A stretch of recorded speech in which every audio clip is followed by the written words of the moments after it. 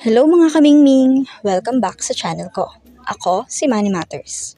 Sa vlog series na ito, isa-isang sleep position ng mga pusa ang pag-uusapan natin kada video. At malalaman natin hindi lang kung anong ibig sabihin ito, kundi pati na rin kung may kinalaman ba ito sa swerte na ayon pa rin sa mga pamahiin. Para sa episode 1, pag-uusapan natin ang loaf position. Ano ang loaf position? Ang loaf position ay yung posisyon ng pusa na parang tinapay. Nakatago ang mga paa sa ilalim ng katawan, tuwid ang likod at kalmado lamang.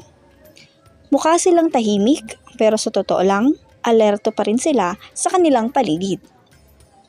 Ano nga ba ang kahulugan nito sa pag-uugali ng mga pusa? Sinasabi na kapag ganito matulog ang isang pusa, ibig sabihin ay komportable siya sa lugar, may tiwala siya sa paligid niya at pakiramdam niya ay ligtas siya. Hindi pa ito deep sleep pero relax na siya. Pamahiin. May dalang swerte ba ang loaf position? Ayon sa ilang pamahiin, lalo na sa mga lumang paniniwala, kapag ang pusa ay madalas matulog sa loaf position sa ating bahay, ito raw ay senyales ng una, tahimik na pamumuhay. Pangalawa, maayos na daloy ng energy sa bahay. At pangatlo, swerte sa araw-araw na gawain. May paniniwala rin na kapag ang pusa ay naka-loaf, malapit sa pintuan o bintana, parang binabantayan daw niya ang bahay laban sa mga malas. Dapat nga ba tayong maniwala? Siyempre, pamahiin pa rin ito. Walang siyentipikong basihan ang tungkol sa swerte. Pero hindi rin naman masama kung ituring natin itong positibong simbol.